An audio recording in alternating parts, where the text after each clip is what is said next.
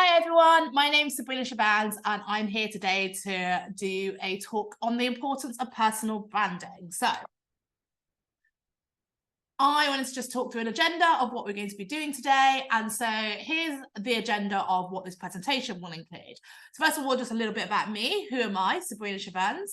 What is personal branding? Why it matters? A bit about my personal branding journey, some key components of personal branding and some tips along the way, which digital platforms you should be using, on content creation and strategy, building a community, measuring, adapting, overcoming challenges, and a Q&A of how you can get in touch with me and ask any questions. So we can start. And so, hi, I'm Sabrina. This is me. I have a little bit of different parts of me.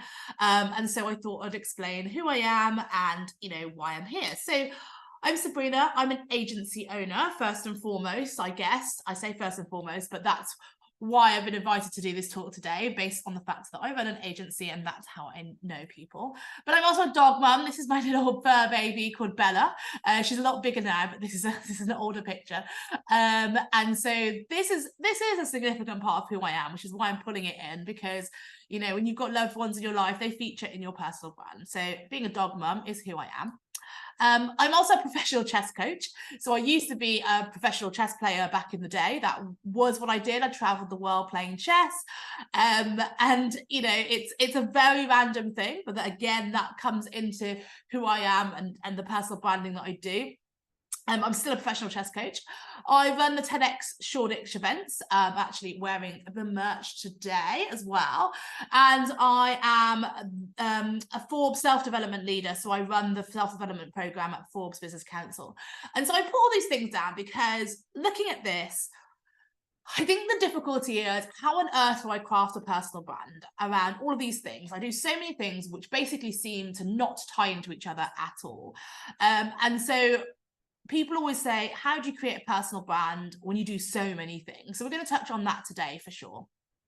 Because I think a lot of people have asked me that, and they hear that you actually should be niching, and how do you niche? What do you talk about if you do so many things? Like, there are so many important things in your life. So how do you know what to talk about? So I'm going to cover some of that. But I'm thinking, why have I been asked to come here today to talk about personal branding? So I figured I'd give you some stats. So on all these platforms, LinkedIn, Twitter, Instagram, I've got a fairly decent amount of followers. 14k on LinkedIn, 12k on Twitter, 12k on Instagram. I've got a 6k email subscriber list to my personal email. This is not to do with work. This is all personal brand as well. So it's like even more with the TEDx stuff, or the complex creative stuff, which is the name of my agency. My podcast has 65,000 downloads. So, I've got a lot of stuff here, and, this is the reason why I've been asked to come and talk about personal branding. No, it's not. I wanted to get that out the way first and foremost. Vanity metrics, not personal branding. This has nothing to do with it. This is a load of BS. And so you'll get to know that actually my agency's tagline is the no BS agency. And that is actually basically how I've created my personal brand. I start talking about no BS stuff and being really honest and open and transparent about stuff, and that's become my personal brand. So we talked about in the last bit of all these different things I do and how they tie together, but actually they don't in terms of topics, but actually it's all about the no BS kind of baseline of what I'm talking about. So let's get this out of the way. I do have those numbers. They weren't made up numbers. Those are the actual followers I've got, but they mean absolutely squat unless you're producing value and you've got actual real engagement. And we're going to talk about all these different things with personal branding. So this is not why I've been asked here today. It doesn't matter. Some people are amazing or have amazing personal brand, but they have fewer followers, but the followers are quality. So let's talk about what it actually is. So what really is personal branding? Essentially, these days, it's kind of your online reputation. It includes your offline reputation too, but we're going to focus on online reputation today, because when people talk about personal branding, this is a lot of what people talk about. So I'd say these are 6 questions that you probably need to ask yourself when it comes to personal brand. How would people describe you? What values do you stand by? Would people want to work with you? what are you good at? What are you known for? Which brands would you be associated with? So for me, these are all the things that come together with personal brand. So if someone has a good personal brand, you could probably find them online, different places, and they are seen as a thought leader in a certain topic. They talk about that topic quite a lot. They are very authoritative on that topic. They've done lots of talks everywhere. You can probably find videos about them all the time talking about this. They've written loads of blog posts about this. They're very good at it. Many people know about and know that they do that. In fact, they're recommended by lots of people. Brands, I put what brands would be associated with, because this shows a value alignment. It shows, you know, if you're talking about sustainability a lot, maybe you're only associated with B Corps and brands that also care about sustainability. So it matters. And if you've got alignment with certain brands, people think about you and certain things come up. So all of these things are really relevant when it comes to personal branding. So, but why is this actually important? So I feel like since the pandemic, people's values and opinions have shifted.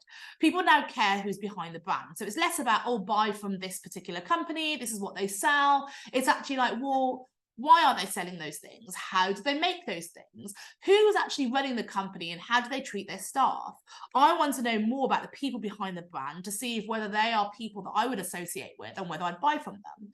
So this has now become more important. So personal branding has always been there, but it's definitely focused on a lot more now. Now, this is really important for everyone listening because personal brand is working on you no matter where you work. So it's the absolute ideal investment in your future. You could spend years or even months or even weeks or days at a company and you're working towards boosting their brand, their company brand, their reputation, and you're doing all this work for them, but what value are you getting out of it? Now, of course, you're getting paid, you're doing a job, and you know, if you love your job, you want the company to do well too, but at the end of the day, you need to think about your future. So personal brand is an amazing investment because it's an investment in your future. No matter where you go, whichever job you go to, whichever kind of, you know, path you decide to take, or if you decide to want to run your own company someday, by working on your personal brand, it means you can take that with you and it will always be there and it will always represent you and you can benefit from that. So you can build up your reputation because you know that whenever you meet someone or you've written a post and people are going to Google you. And what do you want people to see when they Google you? And the more you work on your personal brand, you can craft their search results. And that's what we're going to be working on. And we're going to explain different ways to do that. And so people are more likely to trust you. If you show up all the time in different places, writing about different things, showing your expertise and knowledge, then people are more likely to trust you. When it does come to the fact that they're trying to choose who to work with, they're probably going to trust you more than others because they've seen your face, it pops up somewhere, they've seen your name associated with like high profile articles. This helps you stand out from the crowd because there are so many people out there fighting for the same things and fighting for the same opportunities.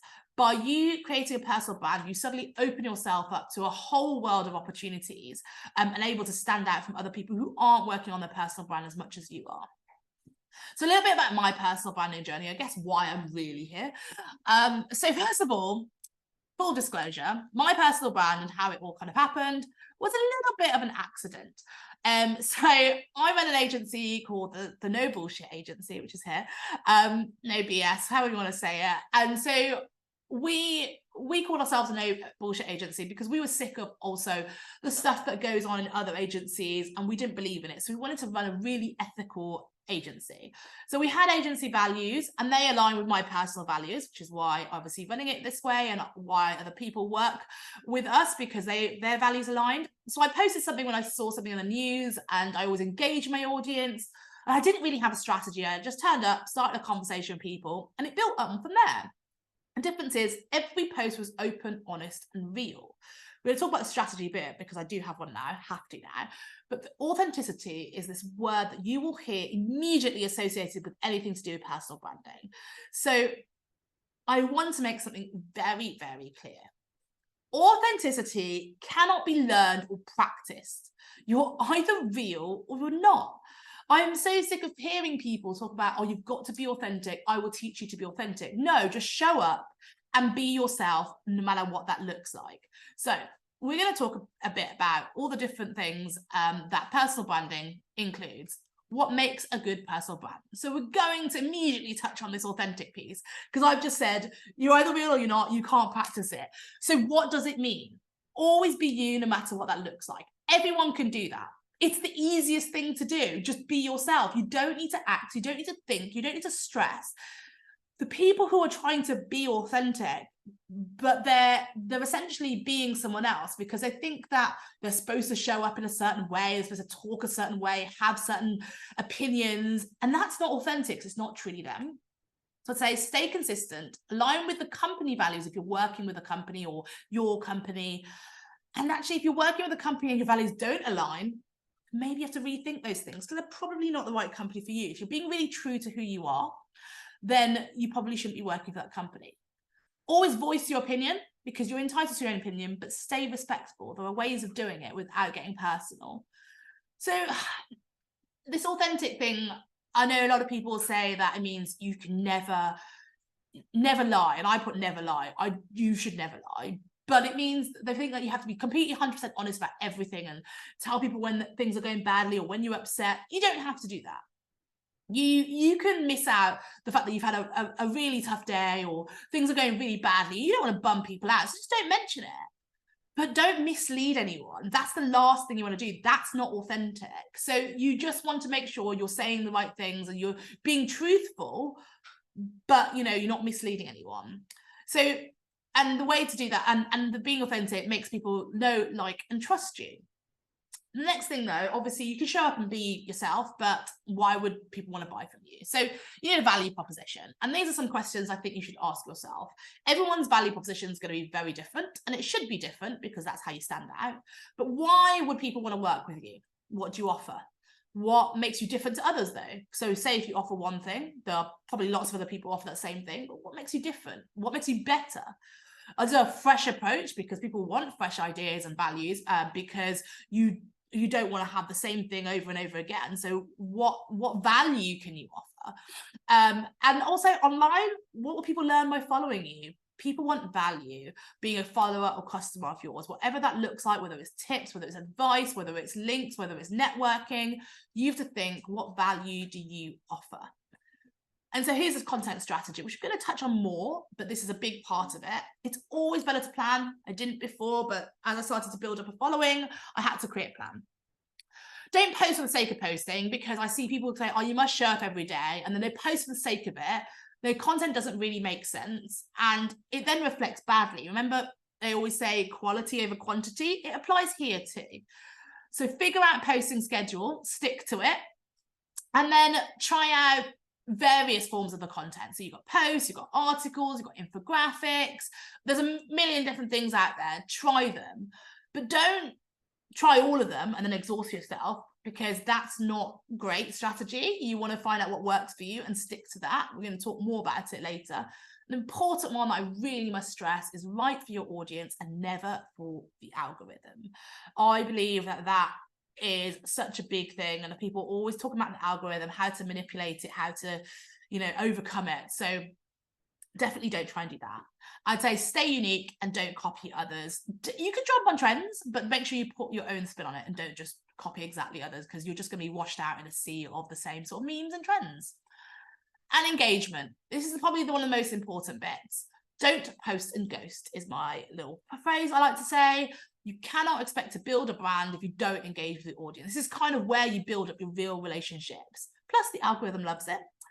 And I would say, think of each comment as a mini post. You've got another chance to show up and show who you are, show your knowledge, show your personality, and, think about this sort of thing. And this is exactly how you build up a community, which is the ultimate goal.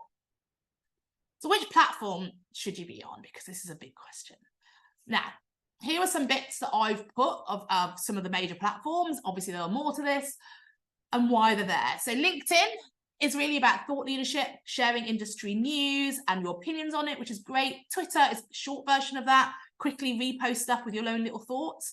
Instagram, way more visual, obviously, so you can put your aesthetic posts on there. It's great for people who are consultants and coaches and stuff. It's great to show lifestyle things. So I do that. I always show like a bit about my life, what it's like as a female entrepreneur, going around doing all sorts of different stuff. So I'd say that that's important. TikTok, again, if your audience is on TikTok, because that's what it's all about, where are your audience? So if your audience is on TikTok, it makes sense. Videos about or giving advice, sharing podcast snippets, travel videos are really good, event stuff. If you do any of that sort of stuff, TikTok's something that you might want to think about. Of course, some dancing as well, but that's more for fun rather than building a personal brand, unless you're a dancer, of course. And then YouTube is a huge one if you want to invest in, but it's so time consuming.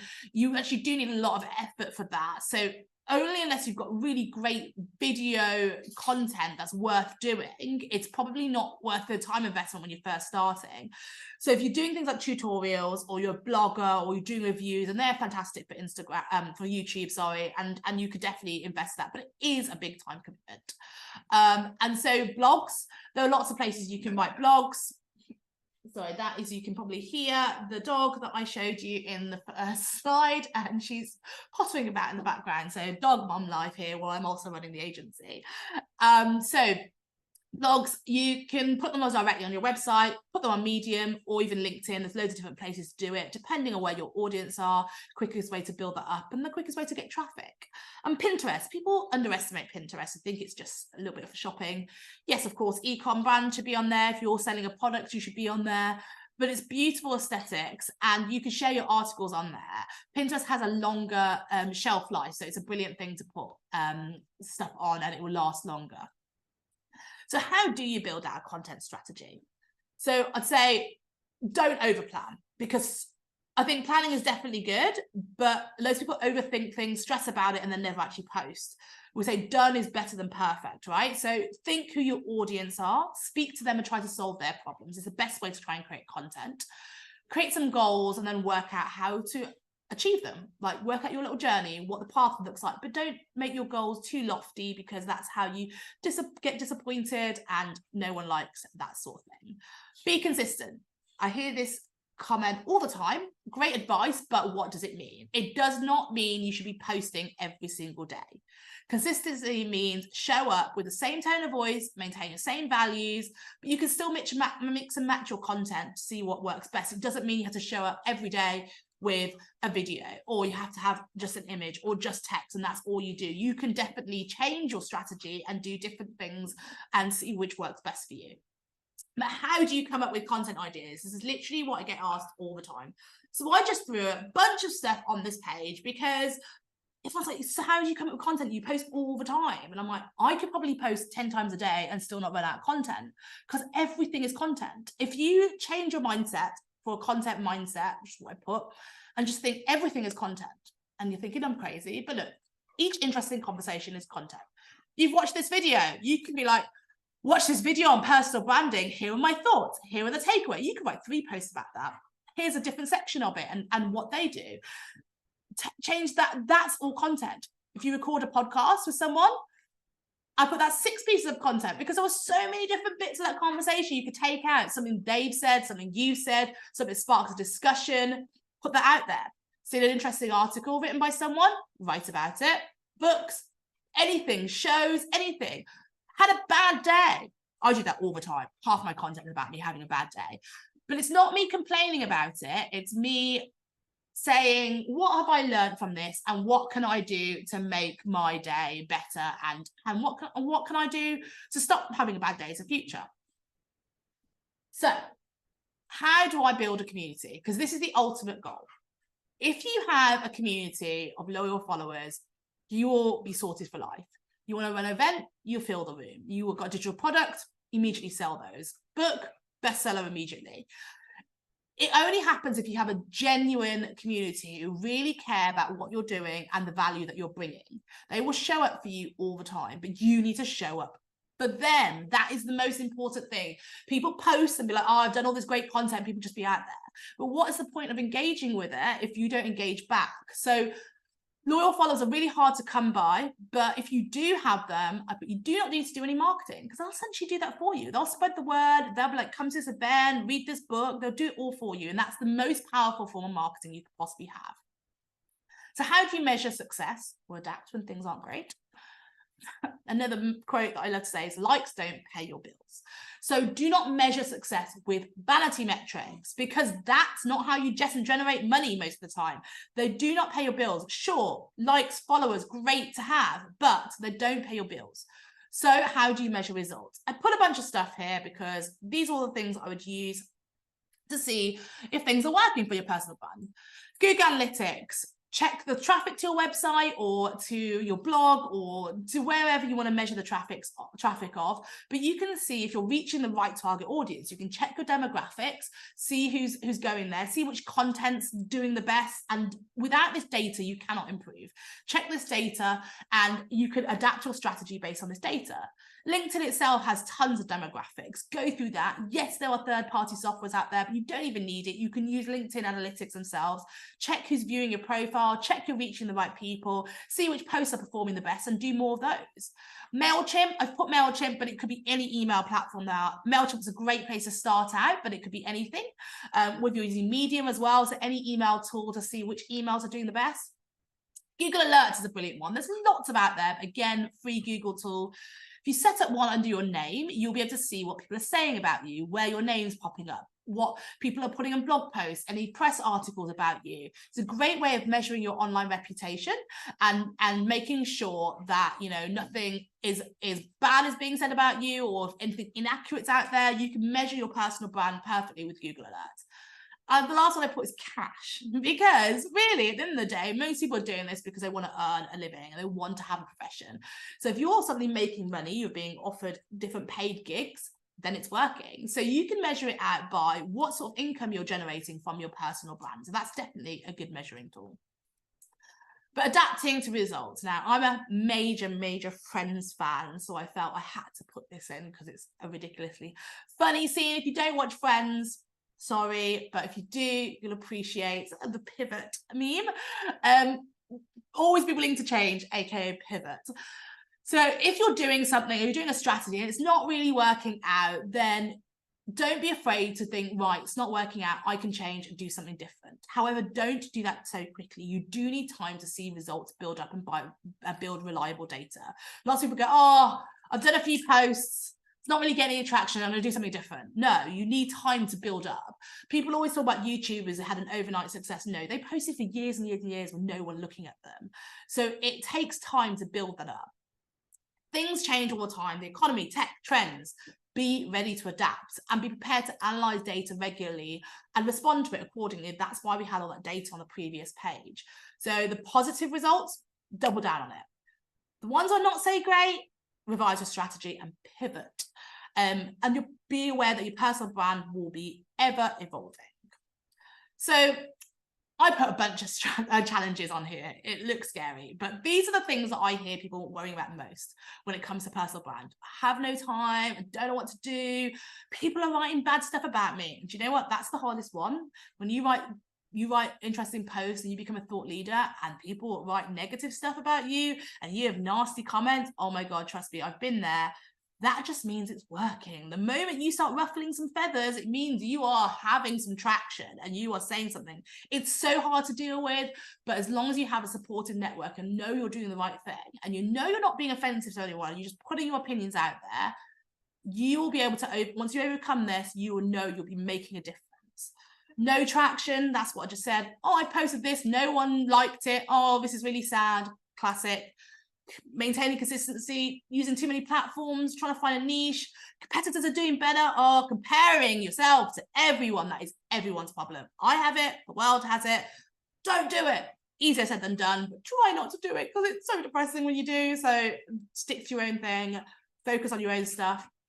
And imposter syndrome. You're definitely going to turn up some days and be like, oh, I'm not good enough for this, I shouldn't be posting this, or I'm just a newbie, or, you know, no one's going to care about my opinions. We all have those thoughts going through our heads. Even the people who you admire the most in your industry probably have those same things going through your head. So don't worry about that. Work-life balance, trying to maintain your personal brand while you actually have a life, because that leads to burnout. And I've seen people spend so long on personal brands. So these are all things you need to be aware of. So if you know about some of the biggest things first, have a plan to tackle them. So don't overdo it with stuff. Don't do everything as a be all and end all as a personal brand. Just do it alongside your things and as consistently as you possibly can. Don't overdo it just because you see other people are doing, your competitors are doing X, Y, Z. They might not be. Remember, don't believe everything that's said online. So just do your own path. So that's it for me today. Thank you for listening. And I hope that you've understood most of the things I've talked about and that you found it very useful. But I figured you might have some questions. And if you do, please do get in touch. I had to put all the different things on there so you can see that I'm on everything, personal brand style. But I welcome any questions, and I am all on those things. So whichever works for you, you can either drop me an email, you can find me on LinkedIn, probably most active on LinkedIn of all those. You can tweet me, X me, whatever it is these days.